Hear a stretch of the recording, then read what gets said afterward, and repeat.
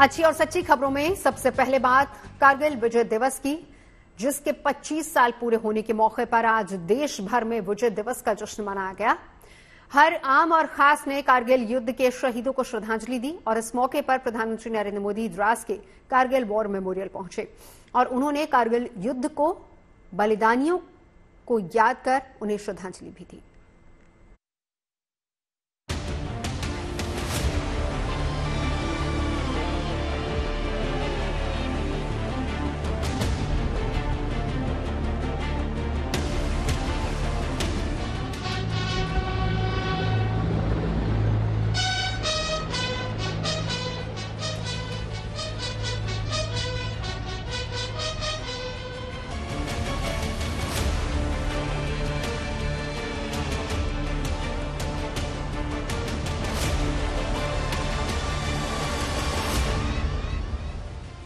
कारगिल युद्ध में मिली जीत के 25 साल पूरे हुए तो इसका रजत जयंती महोत्सव बहुत धूमधाम से मना। हर भारतीय को गौरवान्वित करने वाली ये तस्वीरें कारगिल वॉर मेमोरियल से आई, जहां आज कारगिल के युद्ध के बलिदानियों को श्रद्धांजलि देने के लिए खुद प्रधानमंत्री नरेंद्र मोदी पहुंचे, जिन्होंने वॉर मेमोरियल पर शहीदों के सम्मान में हाथ जोड़कर और सिर झुकाकर उन्हें नमन किया।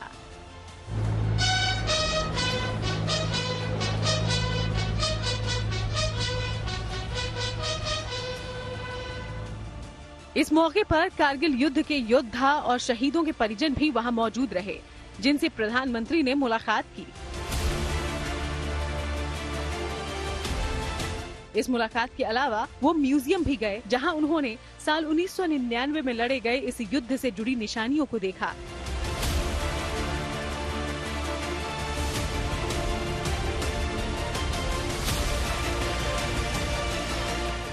इतना ही नहीं, उन्होंने कारगिल युद्ध में अहम भूमिका निभाने वाले योद्धाओं के साथ एक ग्रुप फोटो भी खिंचवाई। और जब संबोधन की बारी आई तो प्रधानमंत्री ने मातृभूमि के लिए सर्वोच्च बलिदान देने वाले बहादुर जवानों को याद करते हुए पाकिस्तान को भी निशाने पर लिया। लद्दाख की ये महान धरती कारगिल विजय के 25 वर्ष पूरे होने की साक्षी बन रही है।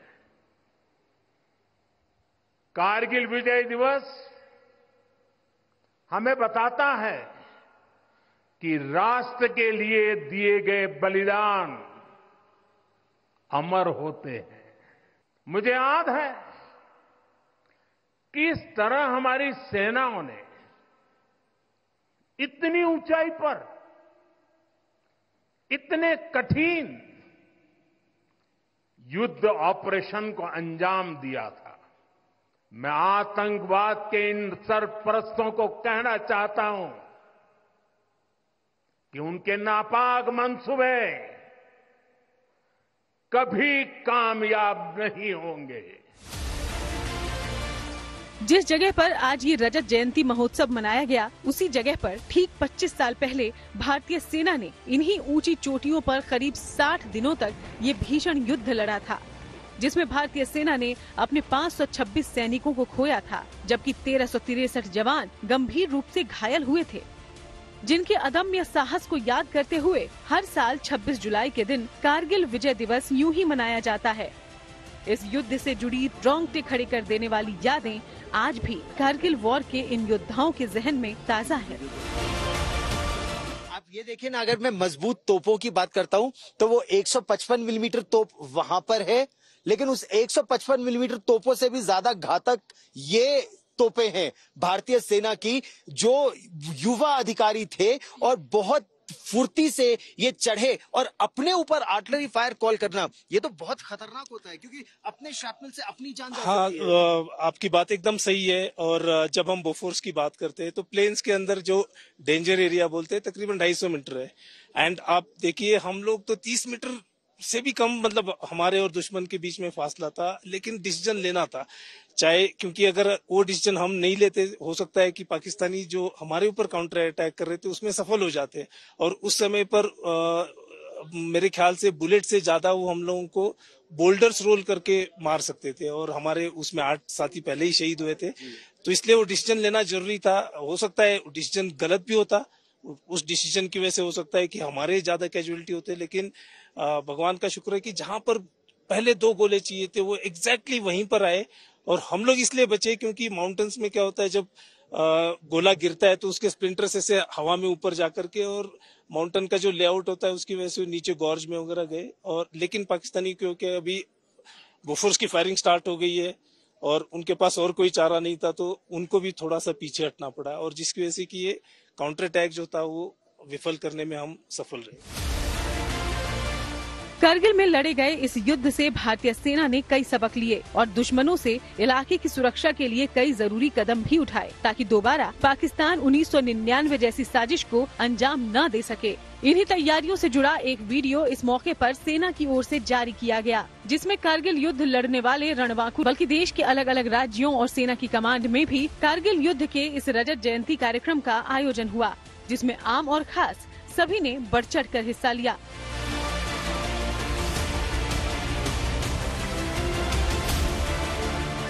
द्रास से अशरफ वानी और गौरव सावंत के साथ bureau report, good news today.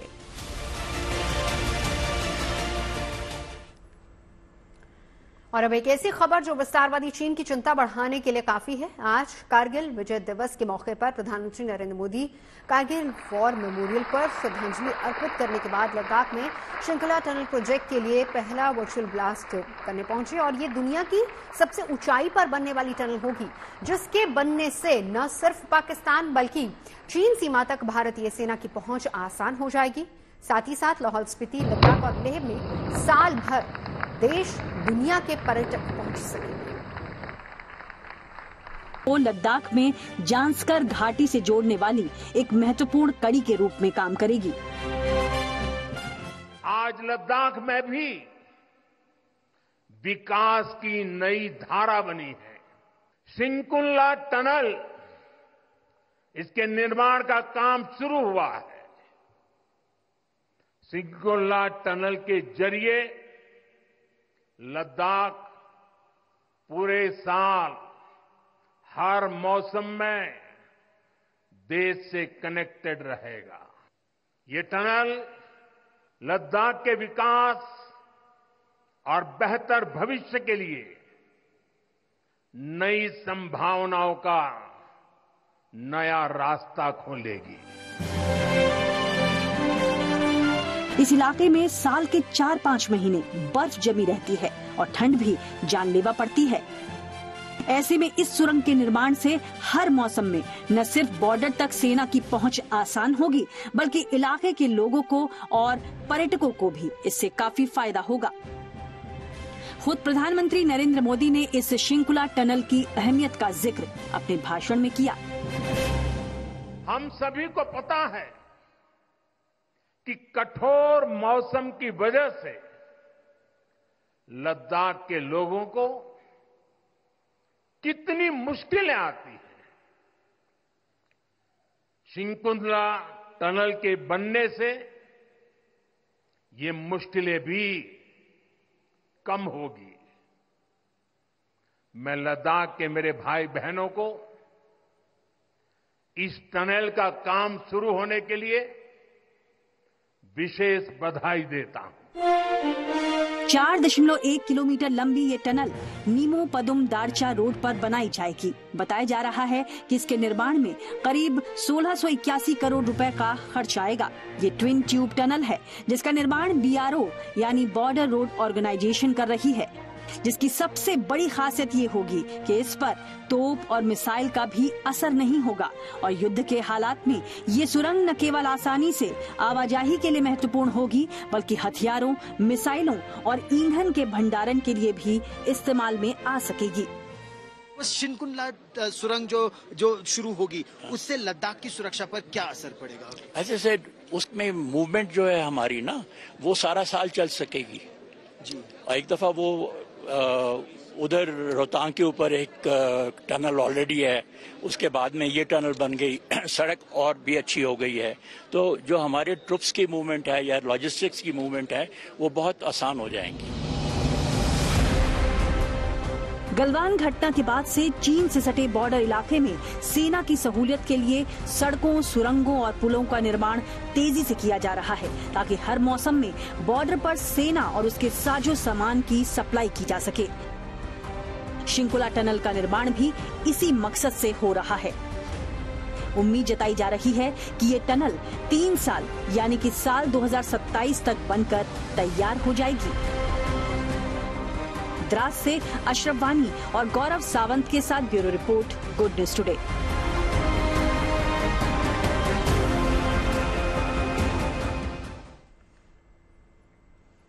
आगे बढ़ते हैं, बात करते हैं अनोखे गिफ्ट्स की दुनिया की, जो दिल्ली के प्रगति मैदान में सजी है। एक छत के नीचे 3500 ब्रांड के 30,000 प्रोडक्ट्स आपको मिल जाएंगे। इसमें कई अनोखे उत्पाद भी हैं। ईयरबड्स के बॉक्स से आप अपने फोन को कंट्रोल कर सकते हैं, सेल्फी तक ले सकते हैं, यहां तक कि वीडियो गेम भी कंट्रोल कर सकते हैं, और वो भी महज 2500 रुपए की किफायती कीमत में। 3 दिनों का ये एक्सपो कल से शुरू हुआ है, जो कि शनिवार तक चलेगा। गिफ्ट एक्सपो में है हम, और यहाँ पर कई अनोखी और नई चीज़ें भी हैं, जैसे कि ये ईयरबड्स हैं। और ईयरबड्स यूजुअली हम सब के बहुत काम की चीज़ होती है, लेकिन ये इस ईयरबड्स में नई बात ये है कि आप इस ईयरबड के ज़रिए अपने फ़ोन को कंट्रोल कर सकते हैं। अपने फ़ोन का आप ऑडियो कंट्रोल कर सकते हैं, कोई वीडियो चल रहा है उसमें प्ले पॉज आप कंट्रोल कर सकते हैं। और तो और इस ईयरबड के बॉक्स के ज़रिए आप अपने फ़ोन को 10 मीटर दूर रखकर इसके थ्रू आप सेल्फी भी खींच सकते हैं। फ़ोन का पूरा कंट्रोल इस ईयरबड के बॉक्स में मिल जाएगा। हमारे साथ सनी सहगल जी हैं। सर, अब किस तरह से ये ईयरबड्स काम करते हैं? बिल्कुल नई चीज़ है ये, और कैसे काम करते हैं? हम यूबॉन की तरफ से इस प्रोडक्ट को हिंदुस्तान में पहली बार लेके आए हैं। इसमें आपका फुल फ़ोन कंट्रोल है, जिसमें आप सेल्फी खींच सकते हैं, जिसमें आप वॉल्यूम कंट्रोल कर सकते हैं, इक्वलाइजर बेस कंट्रोल कर सकते हैं, प्लस आप इसको अपने वीडियो गेम के अंदर कंट्रोल की तरह से भी इस्तेमाल कर सकते हैं। तो आप फ़ोन दूर रख दीजिए और गेम इससे खेलें। अपने सोफे पे बैठें और आराम से इससे गेम खेलें। आप बिल्कुल इसको अपने फ़ोन की स्क्रीन की तरह इस LCD को यूज़ कर सकते हैं। ईयरबड्स में एक जो अभी तक जो दिक्कत बहुत मेजर है कि आप भीड़ भाड़ में हो तो बात सही से होती नहीं है, या तो आवाज़ आती नहीं है, या फिर जो जिससे आप बात करें उन्हें आवाज़ सही जाती नहीं है। ये उस प्रॉब्लम को कैसे सॉल्व करते हैं? इसके अंदर स्पेशल साउंड कंट्रोल है, ANC सिस्टम लगा हुआ है। आप उसको भी कंट्रोल कर सकते हैं एज पर योर सराउंडिंग्स। जैसे अगर आप बहुत ज़्यादा भीड़ शोर वाली जगह में हैं, आप ANC का कंट्रोल बढ़ा सकते हैं ताकि बाहर का आवाज़ बिल्कुल अंदर नहीं आएगा। चिप कंट्रोल्ड है ये। ठीक है। कितना टाइम लेता है चार्ज होने में, और क्या इसका बैकअप टाइम है? ये करीब 3 घंटे में फुल चार्ज हो जाता है इसका बॉक्स, और इसका stand by talk time is more than 48 hours. और वैसे भी ये करीब इन स्टैंड बाय टाइम है 400 आवर्स आप कहीं भी यूज बिना चार्ज किए रख सकते हैं। ठीक है। और कीमत कितनी है, पैसा कितना लगेगा? बहुत ही वाजिब दाम में ये हमने लॉन्च किया है पैन इंडिया में फॉर 2500 रुपये में। ठीक है, तो ये 2500 रुपये का है, लेकिन खास बात ये है कि आपको अपने फ़ोन का कंट्रोल इस ईयरबड्स के इस बॉक्स के ऊपर मिलता है। प्ले कार्ड्स यानी कि ताश के पत्ते क्या होते हैं हम सभी जानते हैं, हम सब ने कभी कभी खेला भी होगा, खासकर दिवाली के मौके पर। लेकिन इन प्ले कार्ड्स का कॉर्पोरेट गिफ्टिंग में और कॉर्पोरेट में प्रमोशन के लिए किस तरह से इस्तेमाल हो रहा है, बिल्कुल नया कॉन्सेप्ट आपको हम दिखा रहे हैं। हमारे साथ मितुल शाह जी हैं। किस तरह से इन प्ले कार्ड्स को हम इस्तेमाल कर रहे हैं खासकर कॉर्पोरेट में? हम लोग इसको कस्टमाइज करते हैं, कंपनी के लोगो या उनका कंपनी का जो प्रोडक्ट्स रहेगा उनके लिए हम कस्टमाइज करके देते हैं। जैसे आपको मैं एक सैंपल दिखाता हूँ उसका। जैसे हमने ये जो किया हुआ है, ये हमने सब अलग अलग कैरेक्टर्स के फोटो उनको ऑलरेडी हमने कैरेक्टर्स हैं। हाँ, वो बॉलीवुड कैरेक्टर्स है, तो वो हमने ऑलरेडी उनको प्रिंट करके हमने लिए हुए हैं। बाकी ये जो है ये फार्मा कंपनी है, फार्मा कंपनी में भी यूज कर सकते हैं, जहाँ पे उन्होंने अब देखोगे तो उन्होंने अपने कंपनी के एम्प्लॉयज के फोटो हर एक कार्ड के ऊपर अलग अलग डाले हुए हैं, और साथ में जो भी उनके अवार्ड्स है, कितने दिन से वो काम कर रहे हैं, जो जो चीज़ें है, तो वो सब कुछ वो उसके ऊपर प्रिंट कर रहे हैं। तो एज अ ट्रेडिंग गेम वो लोग खेल रहे हैं। जैसे हम बचपन में खेलते थे प्लेयर्स का या फिर क्रिकेट WWE वालों का, WWE का हम लोग खेलते थे, वैसे उन्होंने एम्प्लॉयज का किया हुआ है, तो ऑटोमेटिकली उनको भी पता चलता है एम्प्लॉयज को कि कौन कितना दिन से काम कर रहा है, और एक गेम भी हो जाता है। अभी जैसे ये जो है ये वेडिंग के लिए होता है। वेडिंग के लिए मतलब? वेडिंग के लिए अभी किसी को एक जनरली अभी आउट स्टेशन वेडिंग्स कर रहे लोग, तो उसके अंदर वहाँ पे उन लोग ये वेडिंग हैम्पर्स में डालते हैं, तो वहाँ पे क्या एक सुविनियर के हिसाब से हो जाता है। तो जैसे उनका ब्राइड और ग्रूम का नाम डाल के उनका लोगो के साथ डाल सकते हैं, या भी किसी ने कुछ फोटो के साथ डाल दिया था, तो ये क्या रहता है कि एक मेमोरी के हिसाब से आपका हो जाता है कि ये ऑटोमेटिकली आप घर पे वापस लेके जाते हैं तो आपको एक याद रहता है कि हमने। यहाँ पे कई सारे कार्ड्स ऐसे भी लगे हैं जिसमें आपको पॉलिटिकल चीजें दिखाई पड़ेंगी। देखिए इसमें लिखा हुआ है नेता नहीं बेटा, एक नेताजी की फोटो लगी हुई है, उनका नाम लिखा हुआ है, तो ऐसी भी डिमांड है क्या? इसकी भी बहुत सारी डिमांड अभी है, क्योंकि जहाँ पे अभी हम लोग ऑलरेडी ये सप्लाई कर रहे हैं, तो क्या होता है अभी सबको प्रमोशन चाहिए, सबको एक ब्रांडिंग चाहिए, तो वही सबसे अभी पॉलिटिशियंस भी अभी ये प्लेइंग कार्ड्स बना के आम जनता में वो बांट रहे हैं। असल में गिफ्ट एक्सपो में अगर हमको मालूम पड़ा कि इन मोटिवेशनल कोट्स का एक बहुत बड़ा बिजनेस है, बहुत बड़ा दायरा है, और ये मोटिवेशनल कोट्स आप अगर अपनी नजरों के सामने रखते हैं तो कई बार ये आपके लिए लाइफ चेंजिंग साबित हो सकते हैं। हमारे साथ संजीव जी हैं जो कि आप यहाँ पर सब कुछ लेकर आए हैं। सर, क्या कुछ ऐसा है इन मोटिवेशनल कोट्स के बारे में जो एक आम आदमी नहीं जानता, या वो लोग नहीं जानते जो रील्स में देखते तो हैं, इंस्टा पर देखते हैं, लेकिन उसको ना कैच करते हैं और आगे बढ़ जाते हैं?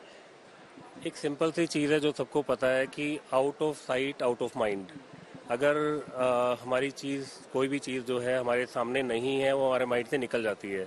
तो इसका ऑपोजिट भी ट्रू है। इसका ऑपोजिट क्या है कि अगर वो हमारी साइट में रहेगा कोई चीज़, तो वो हमारे माइंड में भी रहेगा। तो जैसे कि for example this cube is inspired by Buddha, तो इसमें बुद्धा के जो है अपना कोट्स लिखे हुए हैं चारों तरफ अपना। तो अगर ये चीज़ हमारे टेबल पे पड़ी है तो हम इसको हर रोज़ देख रहे हैं, हमारी साइट में है, तो अगर हमारी साइट में है तो हमारे माइंड में भी है, तो हम इसको इम्प्लीमेंट भी करेंगे लाइफ में और इसको अप्लाई भी करेंगे। तो that way I have change my life.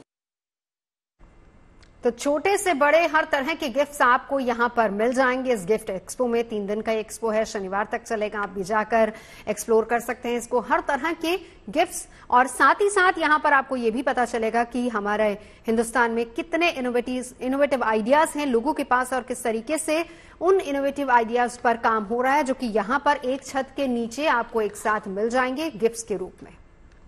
तो नई नई चीजें मार्केट में क्या कुछ खास है वो सब आपको प्रगति मैदान में 3500 ब्रांड्स के 30,000 प्रोडक्ट्स हैं जिनको यहां पर शोकेस किया गया है गिफ्ट एक्सपो में।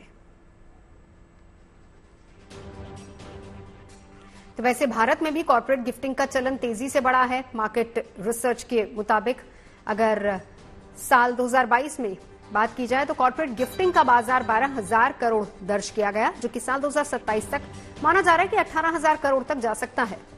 यानी कि 5 साल में करीब 50% की दर से कॉर्पोरेट गिफ्टिंग का कारोबार बढ़ेगा और कंपनियां अपनी मार्केटिंग बजट का बड़ा हिस्सा करीब 15 से 20% कॉर्पोरेट गिफ्टिंग पर ही खर्च कर रही हैं। कंपनियां इनएक्शन प्रोग्राम यानी कि नए कर्मचारियों के स्वागत के दौरान भी उनकी ज्वाइनिंग किट्स पर 3,000 तक खर्च करने लगी हैं।